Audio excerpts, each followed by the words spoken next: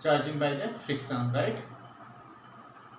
तो इसे इलेक्ट्रोस्टैटिक्स का पार्ट 2 है, ठीक है।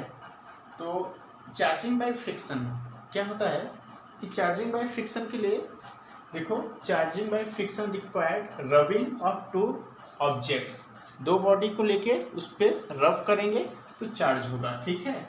और कंडीशन क्या होता है इसमें कि इसमें जो रिजल्ट है कि इसमें इनके मैग्नीट्यूड, मान लो दो बॉडी हैं उनको रब किए तो इस पर कुछ चार्ज होगा, इस पर कुछ चार्ज होगा।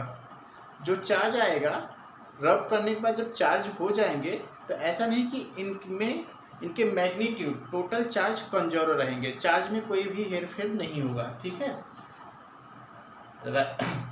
उसके बाद नोट करके पॉइंट है, देखो अब इसमें एक बात समझते हैं। मान लिया कि कोई ऑब्जेक्ट है ए, ठीक है, एक बॉडी ए है और एक बॉडी बी है, ठीक है, बी। इसको हमने रब किया, दोनों को रब किया, तो ये कैसे पता चलेगा कि कौन सा प्लस चार्ज है, किस पे प्लस चार्ज हुआ और किस पे माइनस चार्ज हुआ, ठीक है। तो इसको समझने के लिए ये एक पैरामीटर, आप इसे एक सीरीज कर सकते हैं, ये याद रखना है। याद क्या रखना है आपको, बस समझ लेना है, ठीक है। इसमें क्या होता है, जैसे पहले प्रियॉरिटी पे ग्लास है, इससे अब ये हम नहीं कह रहे हैं कि हमेशा ग्लास है, इससे भी पहले कुछ रहे होंगे, हम एक जनरल चीज़ें ले लिया आपको समझाने के लिए, ठीक है। ग्लास, मान लो हमने ग्लास ले लिया, ये ग्लास हो गया और ये पेपर हो गया, ठीक है, पेपर, और ये ग्लास हो गया। इन दोनों को रब करेंगे तो देखो ग्लास पहले है पेपर से, तो ग्लास पे आ जाएगा प्लस चार्ज और पेपर पे आ गया नेगेटिव चार्ज, ठीक है। सिमिलरली अगर हम एक ही जगह मान लो कुछ भी सिल्क ले लिए, एक ही जगह सिल्क ले लिए, अब इससे सिल्क, अब इधर का है, सिल्क के बाद हम कोई भी चीज़ ले रहे हैं बी की जगह, तो सिल्क पे पॉजिटिव, जैसे हम सल्फर ले लिए, सल्फर, ठीक है, सल्फर, सिल्क और सल्फर को जब हम रब करेंगे तो सिल्क पे पॉजिटिव चार्ज आएगा और सल्फर पे नेगेटिव आ जाएगा, राइट। सिल्क पे अब मान लो यहाँ पे मान लिया कि ए से पहले कोई एक्स है, ठीक है, अब एक्स को हमने कॉटन ले लिया, ठीक है। अब कॉटन और सिल्क, ध्यान देना, कॉटन एंड सिल्क, तो कॉटन पे आ जाएगा पॉजिटिव। अब इसके लिए जब एक्स और ए को रब करेंगे, ठीक है, एक्स और ए को रब करेंगे तो इस पे जो है पॉजिटिव आ जाएगा, इस पे नेगेटिव। लेकिन जब सिल्क और सल्फर को करेंगे तो ये पॉजिटिव हो जाएगा और ये नेगेटिव हो जाएगा। होप कि आपको क्लियर हो गया होगा, ठीक है। सिमिलरली अगर हम कोई भी ले ले, मान लिए ह्यूमन बॉडी ले लिए या वुड ले लिए, वुड और यहाँ से हम रबड़ ले लिए, ठीक है, तो देखो वुड पहले आया तो वुड पे क्या हो जाएगा पॉजिटिव चार्ज और रबड़ पे नेगेटिव चार्ज, ठीक है। इस सीरीज में जो भी आप पहले उठा लोगे, जैसे कुछ भी उठा लिए, सिल्क ले लिए, ह्यूमन बॉडी को अगर अम्बर से जो है रब करोगे तो इस पे पॉजिटिव चार्ज आ जाएगा और इस पे नेगेटिव चार्ज आ जाएगा। तो अब आपको समझ में आ गया होगा कि दो बॉडी को जब हम रब करेंगे तो किस पे पॉजिटिव चार्ज आएगा और किस पे नेगेटिव चार्ज आएगा, ठीक है। तो ये पहला मेथड था चार्जिंग का, चार्जिंग बाय फ्रिक्शन, राइट। अब दूसरा चार्जिंग बाय कंडक्शन, दूसरा मेथड चार्जिंग बाय कंडक्शन, ठीक है। इसे रब करते हैं।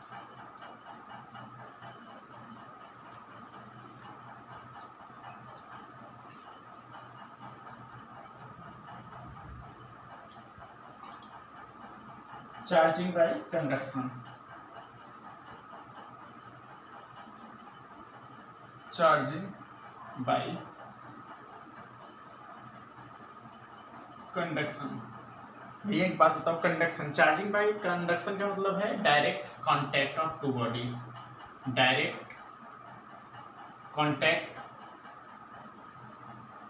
कांटेक्ट ऑफ टू बॉडी, ठीक है, दो बॉडी का डायरेक्ट कांटेक्ट। जैसे मान लिया कि एक बॉडी ये है, ठीक है, इस पे हमने नेगेटिव चार्ज ले लिया, ठीक है, इस पे हमने नेगेटिव चार्ज ले लिया, ठीक है। और एक दूसरा बॉडी ले आए सेम साइज के, ऐसा नहीं, कंडीशन नहीं है, ठीक है, कंडीशन नहीं है कि सेम ही लो, मतलब लेके आए और इस पर हमने क्या किया, टच करा दिया, कांटेक्ट करा दिया। ये मान लिया ए था और ये बी था, ठीक है, ए और बी टच हो गए तो चार्ज यहाँ से यहाँ फ्लो करेगा। अगर ये दोनों सेम साइज के रहेंगे तो चार्ज इक्वल डिस्ट्रीब्यूट हो जाएगा, तो इस पर क्या आ जाएगा, नेगेटिव आ जाएगा, ठीक है, और इस पर भी नेगेटिव रहेगा। तो कंडक्शन में क्या होता है, सेम साइन के चार्ज डिस्ट्रीब्यूट हो जाते हैं, ठीक है, सेम साइन के conduction will charge will same sign. चाहो तो यहाँ लिख लो, conduction conduction conduction conduction will charge with same sign, right, same sign, ठीक है। ये नेगेटिव था, इस पे भी नेगेटिव आ गया, ऐसे समझ सकते हो। यहाँ पे भी समझ लो, एक बॉडी ए है, इस पे -3 क्यों चार्ज है, एक बॉडी बी है, ठीक है, और इस पे हमने मान लिया प्लस क्यों चार्ज है, राइट। तो जब हम इसको कंडक्शन में यहाँ पे ले गए, मतलब टच करा दिए, तो चार्ज फ्लो हो जाएगा, ठीक है। ये मान लिया नेगेटिव ही है, ठीक है, तो चार्ज फ्लो हो जाएगा, चार्ज फ्लो हो जाएगा, तो यहाँ से -3 क्यू, यहाँ से क्यू, अगर दोनों सेम साइज के हैं तो -3 क्यू एंड -q/2, तो एक पे आ जाएगा -2 क्यू, राइट, इस पे भी -2 क्यू और इस पे भी -2 क्यू। अच्छा, हो सकता है अभी आपके दिमाग में आया हो कि सर निगेटिव के लिए पॉजिटिव में क्या दिक्कत था, कुछ दिक्कत नहीं था, ये हो गया -2 क्यू और ये वाला +q।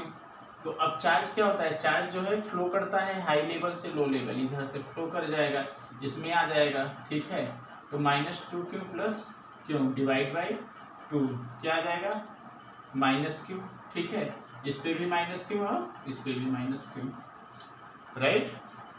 ये तभी होंगे जब जो है इस पे सेम चार्ज रहेंगे, ठीक है। अब दूसरा देखें, नेक्स्ट मेथड क्या है, charging by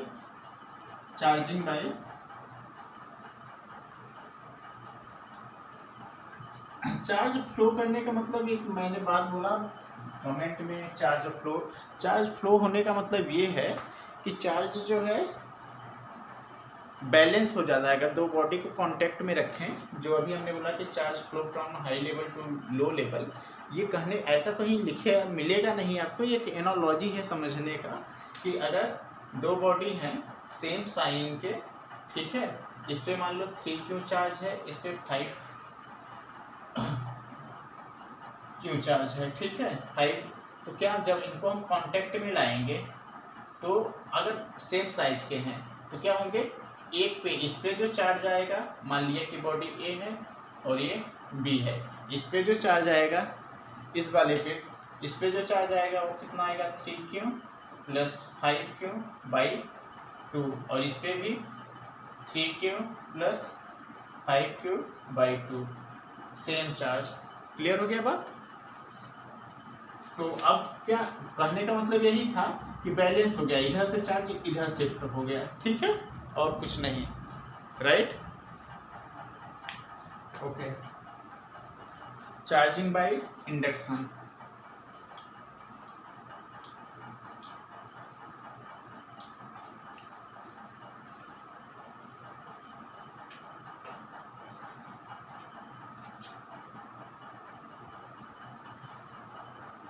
charging by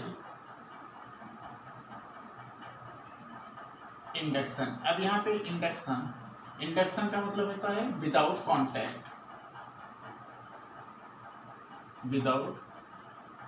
contact, ठीक है, विदाउट कॉन्टैक्ट। जैसे अगर हम बात कर लें कि मान लिया एक प्लेट है, ठीक है, एक प्लेट है, राइट, इसके पास अब हमने एक नेगेटिव चार्ज लेके आया, ठीक है, तो ये न्यूट्रल है, ये पोजीशन इसका क्या है, न्यूट्रल पे है। न्यूट्रल का मतलब क्या है, number of positive charge equal to number of negative charge.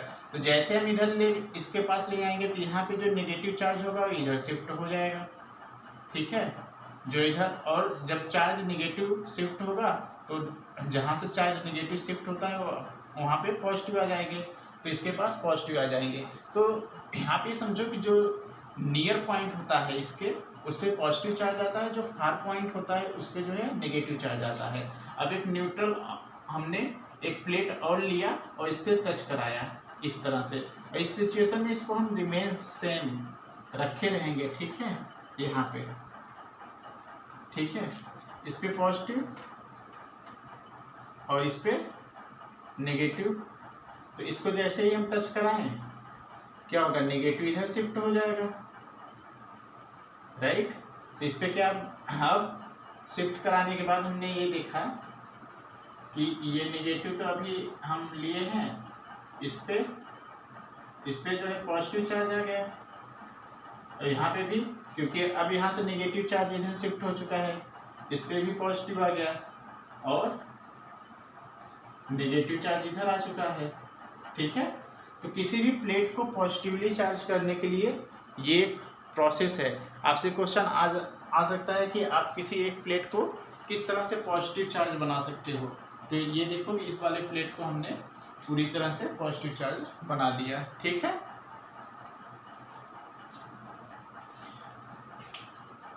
अब मान लो किसी प्लेट को पूरी तरह में नेगेटिव ही बनाना है, तो नेगेटिव बनाना होगा तो यहाँ से क्या ले लेंगे, पॉजिटिव ले लेंगे, ठीक है। देखो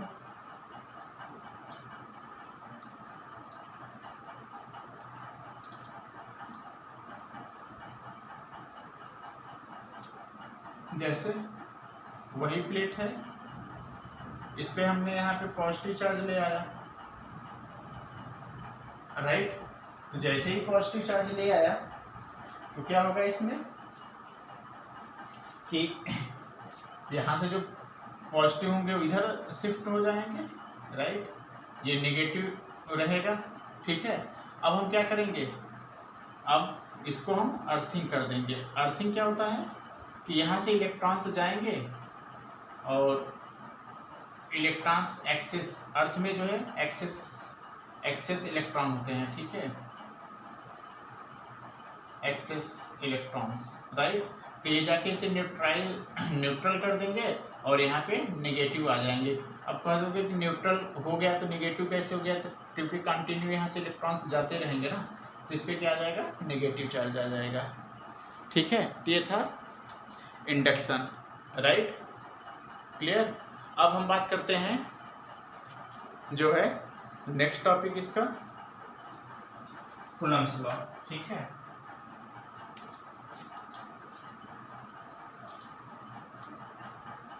अच्छा, एक क्वेश्चन हम अभी करा देते हैं।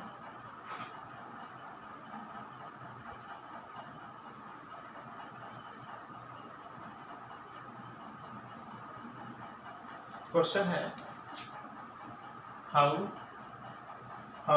कैन यू चार्ज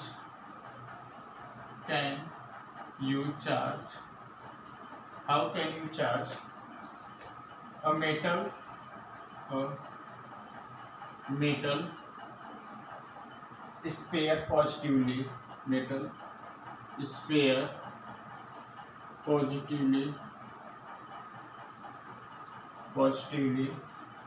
without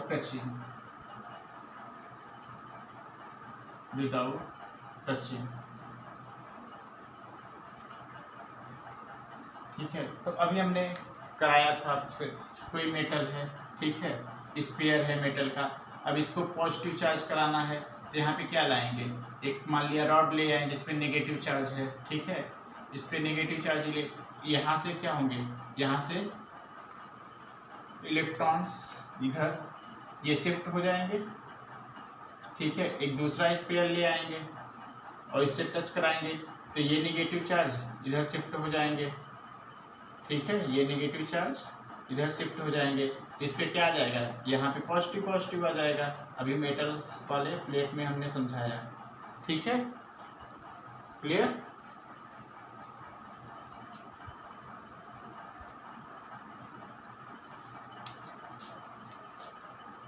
चलो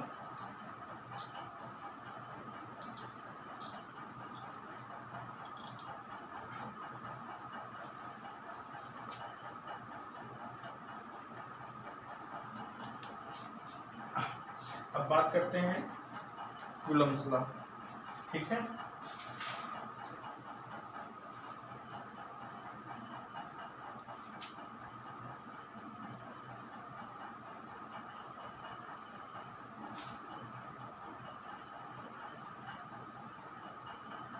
Coulomb's law,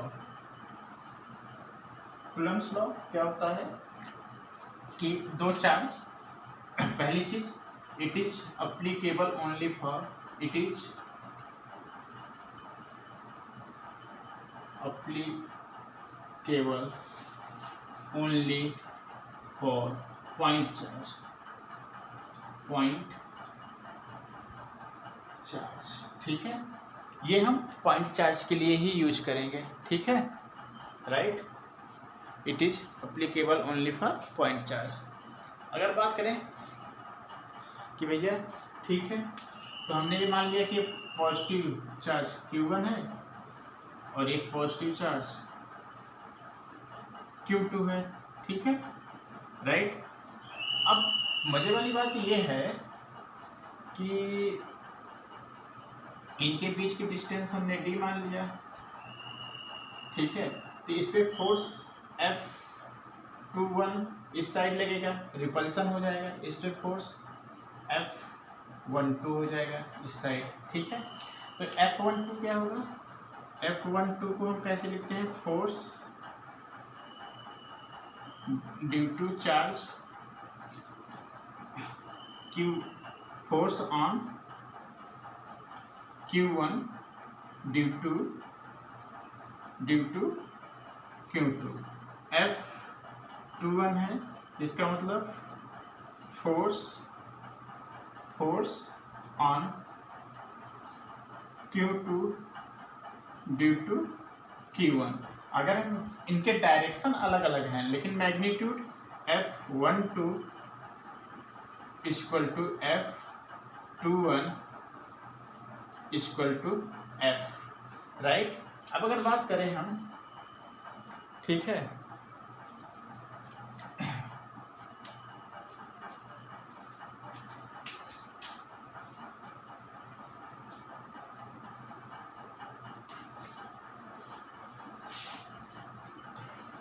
so okay, sorry marker लेने गया था, F21, right.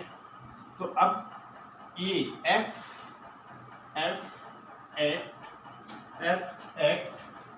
along the line joining, along the line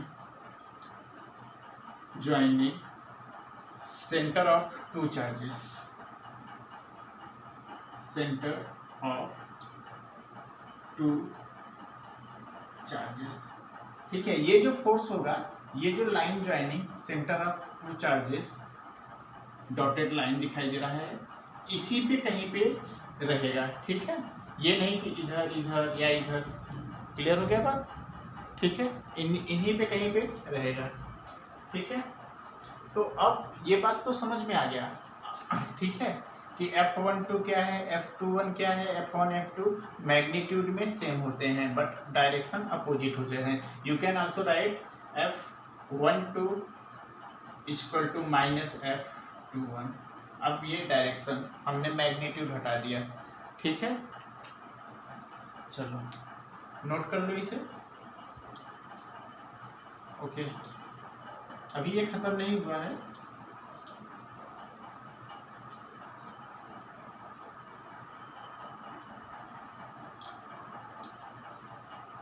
अब बात करें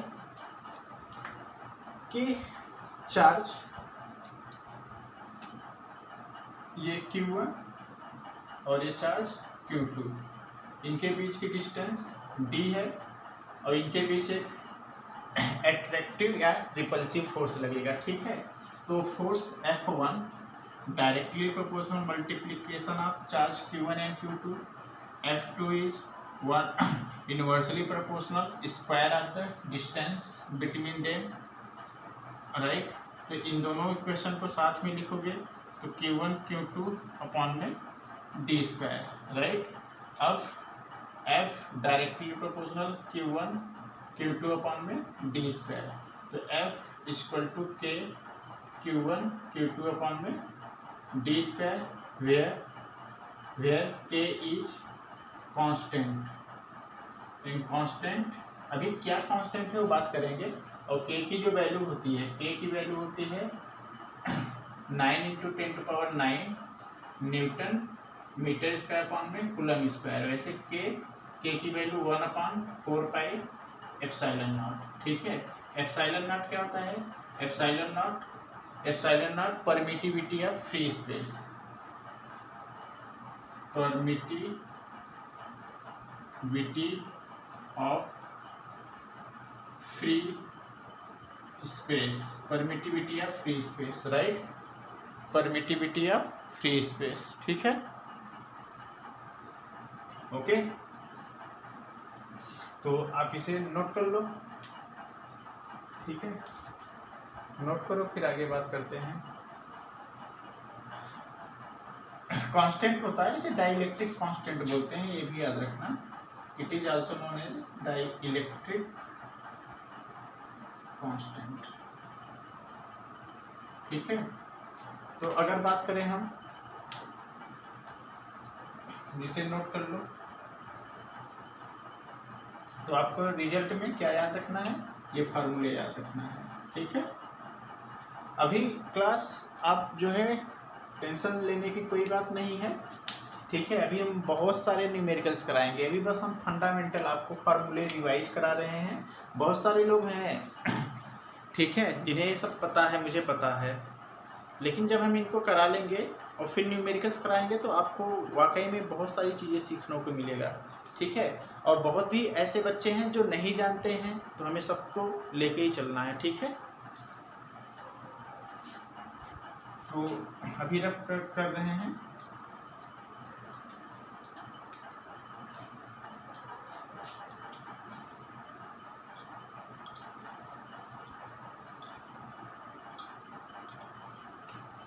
ओके। तो क्लास, तो F इक्वल टू हमें मिल गया, F equal to K Q1 Q2 upon में डी स्क्वायर। अच्छा, what is the dimensional formula के कभी कभी एग्जाम में आ जाता है, व्हाट इज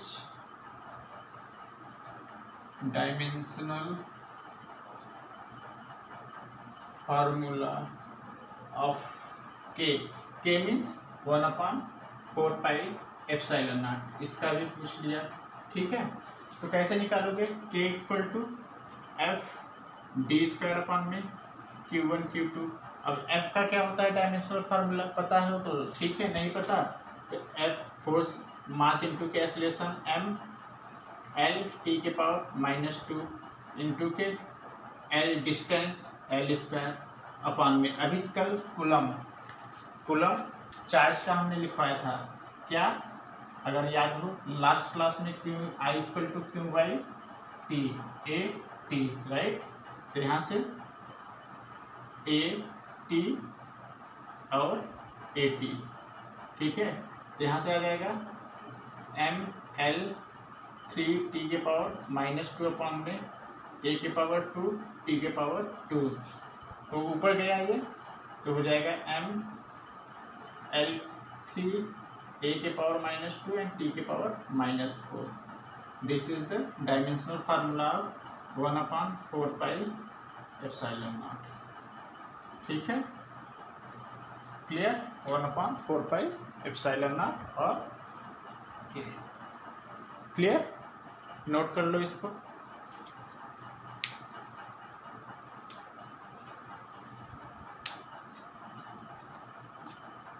ओके क्लास, तो रब कर रहे हैं।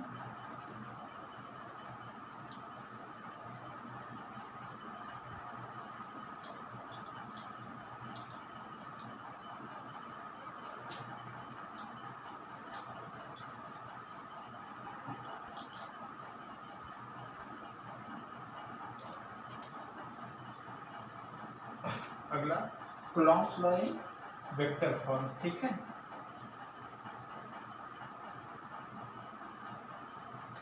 Coulomb's law in vector form, ठीक है।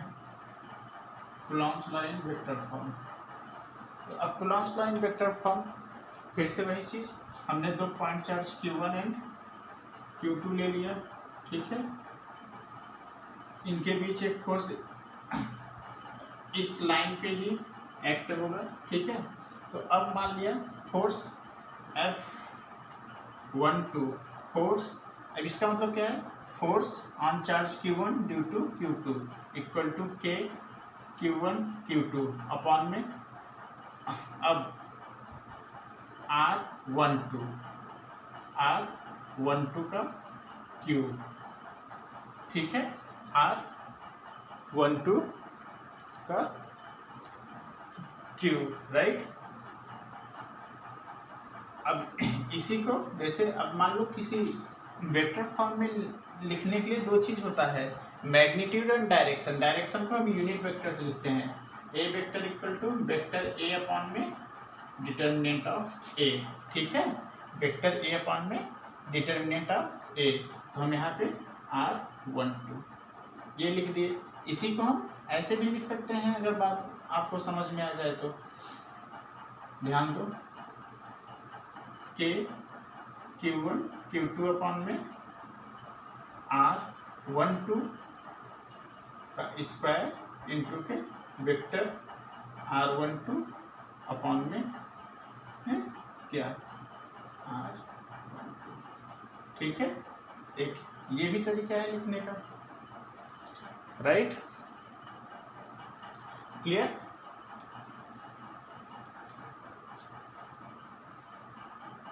Sorry, okay. और इस पूरे को हम लिख सकते हैं क्या, यूनिट वेक्टर, ठीक है। K Q1 Q2 अपॉन में R12 square and R12 unit vector, ठीक है। अब R12 क्या है, R12 position of charge 1 as seen by charge 2, ठीक है।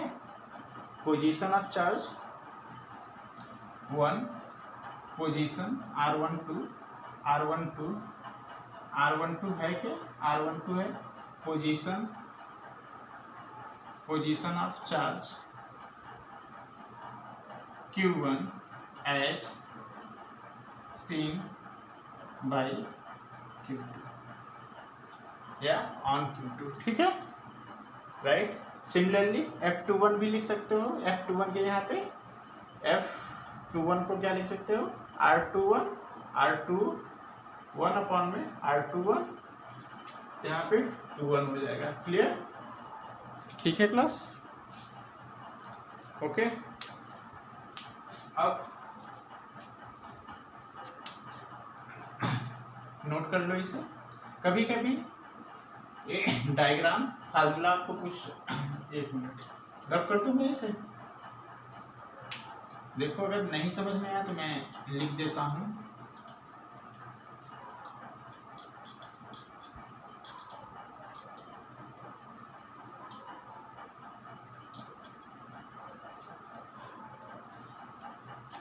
जैसे F21 equal to K Q1 Q2 upon में R21 मैग्नीट्यूड का स्क्वायर एंड R12 वेक्टर, ठीक है। आ गया वेक्टर फॉर्म, ठीक है। कभी कभी फोर्स वर्सेस डिस्टेंस पे ग्राफ पूछ लेता है, ये R हो गया, ये F हो गया, और ये ग्राफ इस तरह से F1/r², इसे भी याद रखना, ठीक है। इसको भी याद रखना। क्लियर, चलो नोट कर लो।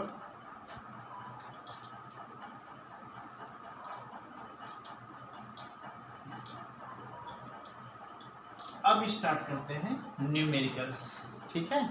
अब यहाँ से हम बहुत सारे और बहुत अच्छे अच्छे न्यूमेरिकल्स कराएंगे।